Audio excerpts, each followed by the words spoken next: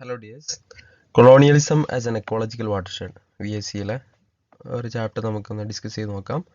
അപ്പോൾ കൊളോണിയലിസം എന്ന് പറഞ്ഞാൽ ശരിക്കും കോളനിയാക്കി ഭരിക്കുക. അപ്പം അതിൽ കോളനൈസർ എന്ന് പറഞ്ഞാൽ ആരാണ് കോളനി ആക്കുന്നത്? ഇപ്പോൾ ബ്രിട്ടീഷുകാർ കോളനൈസേഴ്സ് ആയിരുന്നു. കോളനൈസ്ഡ് പീപ്പിൾ എന്ന് പറഞ്ഞാൽ കോളനിയാക്കപ്പെട്ട അല്ലെങ്കിൽ ഇരകൾ എന്ന് പറയും, കോളനൈസ്ഡ് പീപ്പിൾ. ഓക്കെ, അപ്പം ഇന്ത്യക്കാർ ശരിക്കും വിക്ടിംസ് ആയിരുന്നു, ഇരകളായിരുന്നു. അപ്പോൾ colonialism as an ecological water shed എന്ന് പറഞ്ഞാൽ, എക്കോളജിക്കൽ എന്ന് പറഞ്ഞാൽ പരിസ്ഥിതിക്ക് എങ്ങനെയാണ് ബ്ലോക്ക് ഉണ്ടാക്കിയത്, വാട്ടർ ഷെഡ് എന്ന് പറഞ്ഞാൽ ഒരു ബ്ലോക്ക് അല്ലെങ്കിൽ ഒരു തടസ്സം ഉണ്ടാക്കിയത്. അതായത് അവർ വന്നാരെ എങ്ങനെയാണ് ഇന്ത്യയുടെ പാരിസ്ഥിതിക സന്തുലിതാവസ്ഥ, പരിസ്ഥിതിയൊക്കെ തകർന്നത് എന്നുള്ള വിവരണങ്ങളാണ് ഇതിലൂടെ മാധവ് ഗാഡ്ഗിലും രാമചന്ദ്ര ഗുഹ എന്ന് പറയുന്ന രണ്ടാളുകൾ ഈ ഒരു ആർട്ടിക്കിളിലൂടെ പറയുന്നത്. സോ എക്കോളജിക്കൽ ഇമ്പീരിയലിസം, ഓക്കെ, അത് ഫസ്റ്റ് പോയിന്റ് നമുക്ക് നോക്കാം.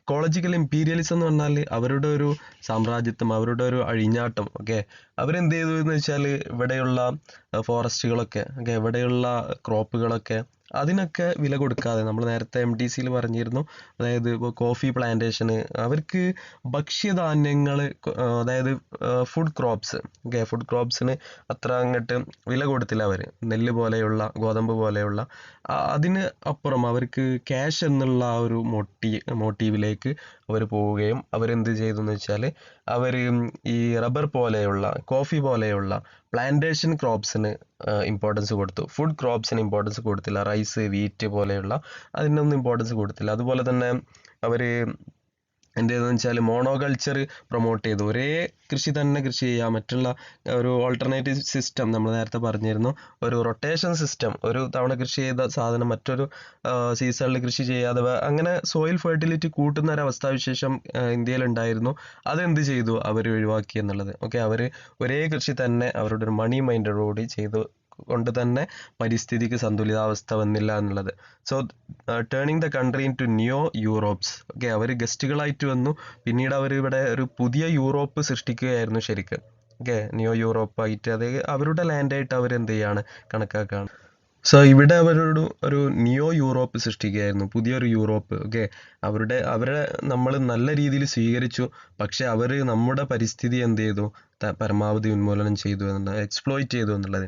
അതിനൊരു എക്സാമ്പിളാണ് ഇപ്പം നമ്മുടെ മഹാത്മാഗാന്ധി. ഓക്കെ, എതിർത്തൊരു സംഭവമാണ്. അതായത് മഹാത്മാഗാന്ധി മോഡേണൈസേഷന് എതിരല്ല, പക്ഷെ ഒരളവ് വരെ ഓക്കെ അവർ എക്സ്പ്ലോയിറ്റ് ചെയ്തു, ആ ഒരു ബൗണ്ടറി ലംഘിച്ചുകൊണ്ട് അവർ എക്സ്പ്ലോയിറ്റ് ചെയ്തു. അതിന് എക്സാമ്പിൾസ് ആണ് ഇവിടെയുള്ള ഈ നമ്മുടെ അവർ കൂടുതൽ ബാംബു ഇൻഡസ്ട്രിക്ക്, അതായത് ഇപ്പം മുള വ്യവസായത്തിന് കൂടുതൽ ഇമ്പോർട്ടൻസ് നൽകി. കാരണം മറ്റുള്ള, അതായത് മുള വ്യവസായം ഉണ്ടാക്കുന്നത് നമ്മൾ എതിരല്ല, പക്ഷേ എന്താണെന്ന് വെച്ചാൽ അവിടെ കൃഷി ചെയ്തിരുന്ന പല കാര്യങ്ങളും എന്ത് ചെയ്തു, പല വിളകളും അവർ റീപ്ലേസ് ചെയ്തുകൊണ്ട്, അതിനെ മാറ്റിക്കൊണ്ട് ഈ മുളക്ക് കൊണ്ടുവരുന്നു. അവർ പരമാവധി എന്തിനാണ് കൾട്ടിവേറ്റ് ചെയ്തതെന്ന് വെച്ചാൽ മണി മൈൻഡഡ് ആയിരുന്നു. അതായത് റെയിൽവേ വന്നു, ട്രെയിൻ വന്നു, ഈ ട്രെയിനിൻ്റെ ഈ സ്ലീപ്പർ കോച്ചുകൾക്കും ഇതൊക്കെ മുള അത്യാവശ്യമാണ്. സോ അതുകൊണ്ട് തന്നെ അവരെന്ത് ചെയ്തു എന്ന് വെച്ചാൽ ഇവിടെയുള്ള പ്രാചീനമായിട്ട് അല്ലെങ്കിൽ ട്രഡീഷണൽ ആയിട്ട് നമ്മൾ വളർത്തിക്കൊണ്ടുവരുന്ന ക്രോപ്പുകളൊക്കെ മാറ്റിക്കൊണ്ട് ആ സ്ഥലങ്ങളൊക്കെ കയ്യേറിക്കൊണ്ട് അവർക്ക് മണി കിട്ടുന്ന അല്ലെങ്കിൽ കൂടുതൽ വെൽത്ത് കിട്ടുന്ന ഒരു അവസ്ഥാവിശേഷത്തിലേക്ക് അവർ നീങ്ങുകയും അങ്ങനത്തെ കാര്യങ്ങളിൽ അവർ ഇടപഴകുകയും ചെയ്തു. സോ അതാണ് ഗോസ്റ്റ് ഏക്കറേജസ് എന്ന് പറഞ്ഞാൽ അവർക്ക് കിട്ടുന്ന പരമാവധി ഏക്കറുകൾ അല്ലെങ്കിൽ പരമാവധി സ്ഥലങ്ങൾ അവർ കൊള്ളയടിച്ചു എന്നുള്ള, റോബ് ചെയ്തു എന്നുള്ളതാണ്. So ecosystem were disrupted in post colonial period. Post colonial period എന്ന് പറഞ്ഞാൽ കൊളോണിയത്തിന് ശേഷമുള്ള പീരീഡ്, അതായത് എന്താണ് പറയാ, നമ്മുടെ ഇൻഡിപെൻഡൻസിന് ശേഷമുള്ള പീരീഡ്. രണ്ടർത്ഥത്തിൽ അത് പറയാം.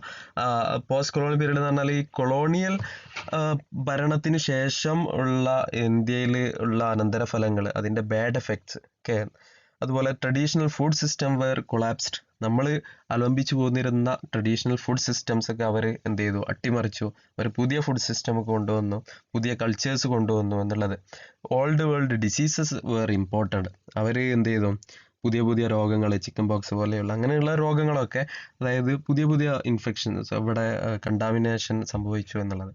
അപ്പം Europeans exercised political hegemony, last point from the first slide. Hegemony എന്ന് പറഞ്ഞാൽ എന്താണ്? മേധാവിത്വം. ഓക്കെ, അവര് നോൺ യൂറോപ്യൻ മാർക്കറ്റ്സിന് പോലെ അതിന്റെ മേലെ പോലും എന്ത് ചെയ്തു, അതായത് അവരുടേതല്ലാത്ത മാർക്കറ്റുകൾക്ക് പോലും അവർ ടാക്സുകളും അതുപോലെ തന്നെ മറ്റുള്ള ഹെജിമണിയൊക്കെ അവർ എന്ത് ചെയ്തു, അവലംബിച്ചു എന്നുള്ളതും. So let's look at the last slide. Initially they came as traders and military advisers. അവർ ആദ്യം വന്നത് എങ്ങനെയാണ്? കച്ചവടക്കാരായിട്ടും കുറച്ച് കുരുമുളക് തരുമോ, കുറച്ച് സുഗന്ധദ്രവ്യങ്ങൾ തരുമോ എന്ന് ചോദിച്ചിട്ട് കുറച്ച് പിന്നെ അങ്ങനെയൊക്കെ ചോദിച്ചിട്ടാണ് വന്നത്. But later claimed leadership. പക്ഷേ അവരെന്ത് ചെയ്തു? അവർ പിന്നീട് ലീഡർഷിപ്പ് ക്ലെയിം ചെയ്തു എന്നുള്ളത്. ഓക്കെ, അതായത് സിംഹാസനത്തിൽ കയറി ഇരിക്കണം എന്നുള്ള ഒരു രീതിയിൽ അവരുടെ സംസാരം നീങ്ങി എന്നുള്ളത്. സോ വിൽഫ്രഡ് ക്രോസ്ബൈ, ഈ ഒരു സ്കോളർ, ഓക്കെ, ഈ ഒരു എഡ്യൂക്കേറ്റർ, അയാൾ used a term portmanteau biodata to describe plants. Portmanteau biodata അയാൾ ഡിസ്ക്രൈബ് ചെയ്യുന്നത് ആ ഒരു ബുക്കിൽ ഡിസ്ക്രൈബ് ചെയ്യുന്നത് to describe the plants, animals and diseases. അപ്പോൾ പോർട്ട്മാൻറ്റോ ബയോഡാറ്റ ബയോട്ട എന്ന് പറയുന്ന ആ ഒരു ടേം കൊണ്ട് അദ്ദേഹം അർത്ഥമാക്കുന്നത് plants, animals and diseases that Europeans brought during colonisation. ഇവർ ഇങ്ങോട്ട് കൊണ്ടുവന്ന പ്ലാന്റ്സ് അതുപോലെ തന്നെ ആനിമൽസ്, ഇതിൻ്റെ ഒക്കെ ഒരു ലിസ്റ്റാണ് പോർട്ട്മാൻറ്റോ ബയോഡാറ്റ എന്ന് ബയോട്ട എന്ന് പറയും. ബയോഡാറ്റ അല്ല, ബയോട്ട എന്ന് പറയുന്നത്. സോ ഇത് ചിലപ്പോൾ എക്സാമിന് ചോദിച്ചേക്കാം. ഓക്കെ, ബ്രോഡ് ഡ്യൂറിങ് കോളനൈസേഷൻ്റെ ഇടയിൽ Europeans aimed at industrial growth at cost of anything. അവർക്ക് അറ്റ് കോസ്റ്റ് ഓഫ് എനിത്തിങ് എന്ന് പറഞ്ഞാൽ എന്ത് വില കൊടുത്തിട്ടും യൂറോപ്യൻസ് എന്ത് ചെയ്തു? ഇൻഡസ്ട്രിയൽ ഗ്രോത്ത്, അത് മനുഷ്യനെ വധിച്ചിട്ടാണെങ്കിലും അവർക്കെതിരെ നിൽക്കുന്ന ആരെയും എന്ത് ചെയ്തിട്ട് എതിർത്തുകൊണ്ട് അവരെന്ത് ചെയ്തു? Aiming to make India a consumer society. നമ്മളൊരു പ്രൊഡക്ഷൻ ഓറിയന്റഡ് ആയിട്ടുള്ള സൊസൈറ്റി ആയിരുന്നു. ഓക്കെ, അതിനെ ഒരു കൺസ്യൂമർ ഓറിയന്റഡ് ആയിട്ട്, അതായത് എല്ലാം വാങ്ങുന്ന ഒരു കൺട്രി ആയിട്ട്, ഓക്കെ, അത്രയും തരം താഴ്ന്ന രൂപത്തിലേക്ക് അവർ നയിച്ചു എന്നുള്ളത്. ചുരുക്കി പറഞ്ഞാൽ നെഗറ്റീവ് എഫക്ട്സ് ആയിരുന്നു അവരിങ്ങോട്ട് കൊണ്ടുവന്നത്.